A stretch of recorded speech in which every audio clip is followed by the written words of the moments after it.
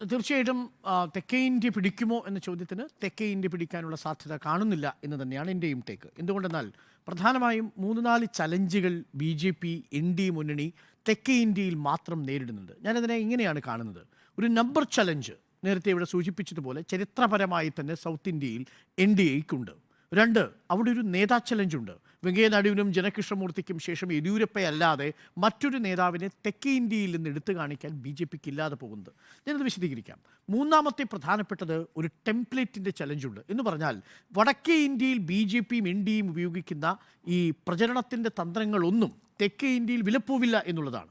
അപ്പോൾ വടക്കേ ഇന്ത്യയിലെ പ്രചരണത്തിൻ്റെ ടെംപ്ലേറ്റ് എടുത്ത് തെക്കേ ഇന്ത്യയിലെ പ്രചരണത്തിന് ഉപയോഗിക്കാൻ BJPക്ക് കഴിയുന്നില്ല. That is A third challenge. And there is A fourth challenge. നാലാമത്തത് വിശാലമായതാണ്. അത് കം ഫാക്ട്. നമ്മൾ പണ്ട് കോൺഗ്രസിനെ കുറിച്ച് പറയുന്ന പ്രധാനപ്പെട്ട ഫാക്റ്റുണ്ട്. ഇത്തവണ കം ഫാക്ട് ഏറ്റവും കൂടുതൽ അഫക്റ്റ് ചെയ്യാൻ പോകുന്നത് BJP ആണ്.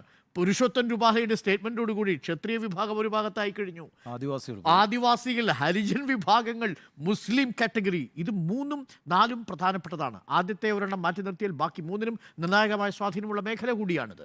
അപ്പോൾ ഈ ഓരോ ഘടകങ്ങൾ നമ്മൾ വിശദീകരിച്ചാൽ എന്തുകൊണ്ടാണ് സംഖ്യാപരമായൊരു വെല്ലുവിളി BJP നേരിടുന്നത്? നിങ്ങൾ നോക്കൂ, 1998 മുൻപ് തെക്കേ ഇന്ത്യയിൽ പരമാവധി BJP നേടിയിരുന്നത്, BJPയുടെ സഖ്യങ്ങൾ നേടിയിരുന്നത് പരമാവധി 7 സീറ്റുകൾ വരെയായിരുന്നു. അതിനുശേഷമാണ് BJP അവയിൽ സ്വാധീനം വർദ്ധിപ്പിക്കുന്നത് കർണാടകയുടെ കരുത്തിൽ.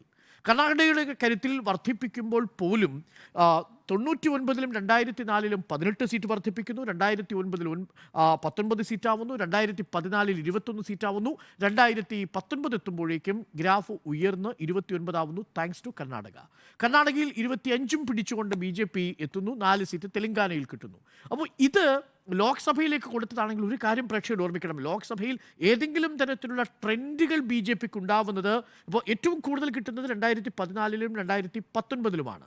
അവിടെ അതും 2004-ൽ പോലും 1999-ലും 2004-ലും 18 സീറ്റുകൾ കൂടി കിട്ടുന്നുണ്ട്. എന്ന് പറഞ്ഞാൽ BJP ഏതെങ്കിലും തരത്തിലുള്ള നെറേറ്റീവ് ഫിക്സ് ചെയ്യുമ്പോൾ സ്റ്റേറ്റിനു കിട്ടുന്ന ഒരു പ്രാമുഖ്യം കൂടി, അഥവാ സംസ്ഥാന നിയമസഭയിലുള്ള വിധിയെഴുത്തു കൂടി പല ഘട്ടങ്ങളിൽ ചേർന്നാണ് കർണാടകയിൽ റിസൾട്ട് ഉണ്ടാക്കിയിരിക്കുന്നത്. എന്നാൽ കർണാടകയും ഒഴിച്ചു നിർത്തിക്കൊണ്ട് ബാക്കിയുള്ള 5 സംസ്ഥാനങ്ങളിലെ നിയമസഭയിലേക്കുള്ള പെർസെൻറ്റേജും കൂടി നമ്മളൊന്ന് പരിഗണിക്കണം. 96 മുതലുള്ള കണക്ക് നമ്മൾ എടുത്ത് പരിശോധിച്ചാൽ BJPക്ക് കഴിഞ്ഞ 6 തിരഞ്ഞെടുപ്പുകളിൽ നിയമസഭയിൽ പരമാവധി കിട്ടിയിരിക്കുന്നത് 32 സീറ്റുകളാണ്. നമ്മൾ കർണാടകയിലെ BJPയുടെ സാന്നിധ്യം ഒഴിച്ചു നിർത്തിയാൽ. എന്ന് പറഞ്ഞാൽ നിയമസഭയിൽ ദക്ഷിണേന്ത്യയിൽ കാര്യമായ പെർഫോമൻസ് നടത്താൻ കഴിയാതെ പോകുന്നു എന്നുള്ളിടത്താണ് കർണാടക ഒഴിച്ചുള്ള സ്ഥലങ്ങളിൽ പ്രാദേശികമായൊരു നേതൃത്വത്തെ വാർത്തെടുക്കുന്നതിൽ BJP പരാജയപ്പെട്ടത്. അവിടെ അണ്ണാമല ഒരു ഫാക്ടറാണ്. തീർച്ചയായും അവിടെ BJP അതൊരു സ്ട്രാറ്റജിക്കലി അവിടെ ഒരു നേതാവിനെ കൊണ്ട് പ്ലേസ് ചെയ്യുന്നു. ആ അണ്ണാമലൈ അവിടെ ഒരു തരംഗം സൃഷ്ടിക്കാൻ ശ്രമിക്കുന്നു. പക്ഷേ അത് ചുരുങ്ങിയ പോക്കറ്റുകളിലേക്ക് മാറി നിൽക്കുന്നു എന്നുള്ളതാണ്. കോയമ്പത്തൂരിൽ ഒരു പക്ഷേ ശക്തമായ മത്സരമാണ് നടക്കുന്നത്.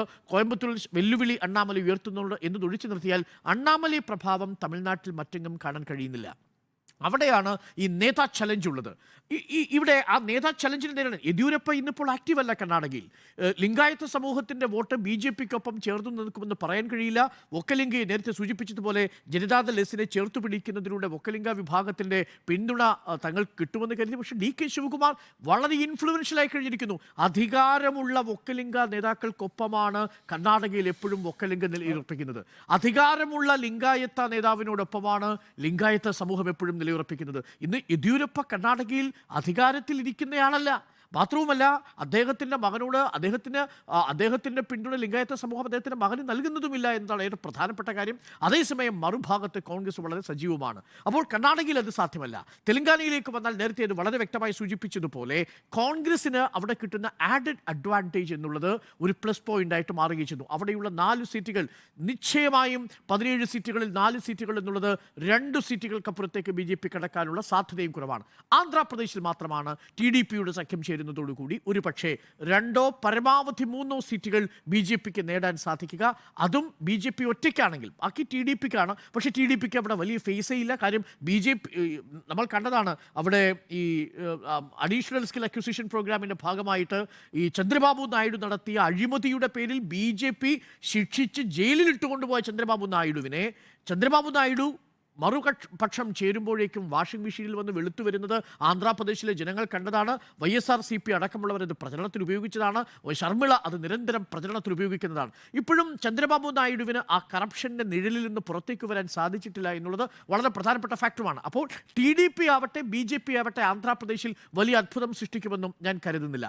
എന്നുവെച്ചാൽ വെങ്കയ്യ നായിഡുവിന് ശേഷം ജനാ കൃഷ്ണമൂർത്തിക്ക് ശേഷം, ജനാ കൃഷ്ണമൂർത്തിയൊക്കെ BJPയുടെ പ്രാദേശിക നേതൃത്വത്തിൽ ഉയർന്നു വന്ന ആളെയല്ല. അവിടെ ഒരു RSS നേതാവായി വരികയും അതിനുശേഷം പിന്നീട് നേരിട്ട് അടൽ ബിഹാരി വാജ്പേയിയുടെ മാത്രം പിന്തുണയോടുകൂടി ശക്തനാവുകയും ചെയ്തൊരു നേതാവാണ്. നമുക്കറിയാം അടിയന്തരാവസ്ഥ കാലത്തിന് ശേഷം ജനാ കൃഷ്ണമൂർത്തി അന്നത്തെ ഭാരതീയ ജനസംഘിൽ നിന്ന് ജനതാ പാർട്ടിയിലേക്ക് ലയിക്കുന്ന ഘട്ടത്തിൽ തമിഴ്നാടിൻ്റെ അല്ല പകരം BJPയുടെ സൗത്ത് ഇന്ത്യൻ ഫേസ് ആയിട്ട് മാറാൻ ശ്രമിച്ചെങ്കിലും അമ്പെ പരാജയപ്പെടുന്ന കാഴ്ചയാണ് കാണുന്നത്. അപ്പോൾ ജനാ കൃഷ്ണമൂർത്തിക്ക് പോലും കഴിയാതിരുന്നത് അണ്ണാമലയ്ക്ക് സാധിക്കുമോ എന്ന ചോദ്യം വളരെ പ്രധാനപ്പെട്ടതാണ്. അപ്പോൾ അവിടെ ഒരു നേതാക്കളുടെ അഭാവമുണ്ട്. കേരളത്തിലേക്ക് വന്നാൽ കേരളത്തിൽ ഇപ്പോൾ സുരേഷ് ഗോപിക്കപ്പുറം ഒരുപക്ഷെ V മുരളീധരൻ, ഇപ്പോൾ നമ്മൾ പറയുന്നത് പോലെ തിരുവനന്തപുരത്ത് മത്സരിക്കുന്ന രാജീവ് ചന്ദ്രശേഖരൻ, ഇവരൊന്നും കേരളത്തിൻ്റെ ലീഡർഷിപ്പ് ഫേസേ അല്ല BJPയെ സംബന്ധിച്ചിടത്തോളം. അത് ദേശീയതലത്തിൽ തന്നെ അങ്ങനെ തന്നെയാണ് കണക്കാക്കുന്നതെന്നാണ് ഞാൻ മനസ്സിലാക്കുന്നത്. ആ അർത്ഥത്തിൽ ക്രൗഡ് പുള്ളേഴ്സ് ആയിരിക്കുന്ന നേതാക്കന്മാർ ദക്ഷിണേന്ത്യയിലില്ല.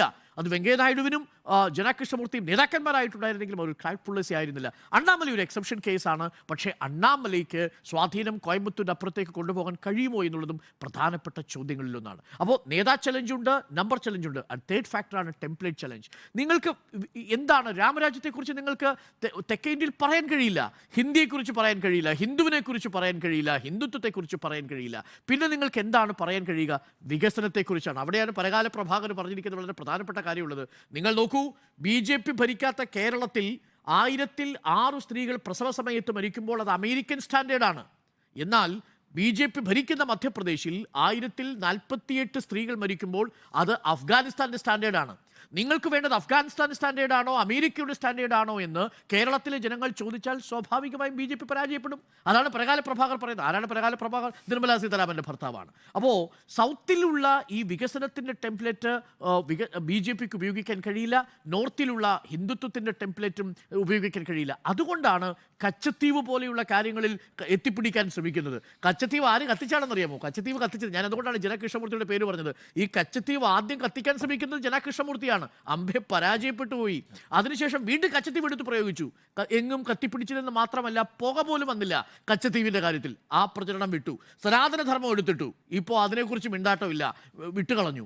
അപ്പോൾ BJPക്ക് സൗത്ത് ഇന്ത്യയിൽ പ്രയോഗിക്കാൻ ഒരു ടെംപ്ലേറ്റ് ഇല്ല എന്നുള്ളതാണ് ഏറ്റവും പ്രധാനപ്പെട്ട കാര്യം. അതാണ് ഏറ്റവും പ്രധാനപ്പെട്ട ചലഞ്ചായിട്ട് ഞാൻ മനസ്സിലാക്കുന്നത്. അപ്പോൾ നമ്പർ ചലഞ്ച്, നേതാ ചലഞ്ച്, ടെംപ്ലേറ്റ് ചലഞ്ച്, ഈ 3 പ്രധാനപ്പെട്ട ഘടകങ്ങളും സൗത്ത് ഇന്ത്യയിൽ BJPയുടെ സാധ്യത കുറയ്ക്കുന്നു എന്നതാണ് എൻ്റെ പക്ഷം. അതുകൊണ്ട് ഇക്കുറിയും BJP സൗത്ത് ഇന്ത്യ പിടിക്കില്ല എന്നാണ് എൻ്റെ ടേക്ക്.